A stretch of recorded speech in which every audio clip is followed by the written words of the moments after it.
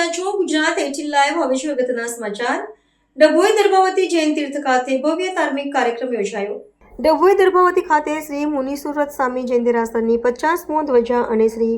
આચાર્ય ભગવંતો શ્રીમદ વિજય મહાનંદ સુરીશ્વરજી મહારાજ સાહેબના જન્મ શતાબ્દી વર્ષના પૂર્ણાહુતિ નિમિત્તે પરમ પૂજ્ય આચાર્ય ભગવંત શ્રી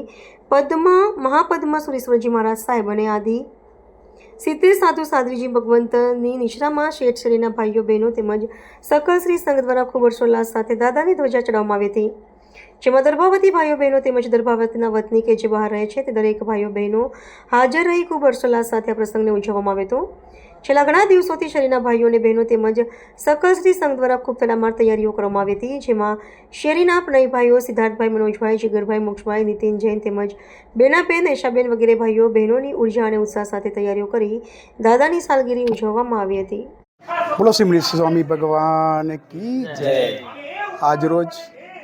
આચાર્ય ભગવાન મહાપદ્મ શ્રી મહારાજ સાહેબ તથા આદિ આચાર્ય ભગવંતો તથા સાધુ સાધુ ભગવંતોની નિશ્રામાં શ્રી મુનીશ્વર સ્વામી ભગવાનની 50મી સાલગીરી પ્રવેશ ધજાનો કાર્યક્રમ ખૂબ ઉલ્લાસ અને આનંદની સાથે ઉજવવામાં આવ્યો, જેની અંદર શેરીના તમામ ભાઈ બહેનો તથા સંઘના તમામ નાના મોટા અબાલ વૃદ્ધ ભાઈઓ બહેનો ભેગા થઈ ખૂબ આનંદ અને ઉલ્લાસની સાથે આ ધજાનો કાર્યક્રમ ઉજવવામાં આવ્યો, જેમાં છેલ્લા કેટલાય દિવસોથી એની તૈયારી ચાલી રહી હતી. એ તૈયારીના ભાગરૂપે ડભોઈની અંદર વસતા અને ડભોઈના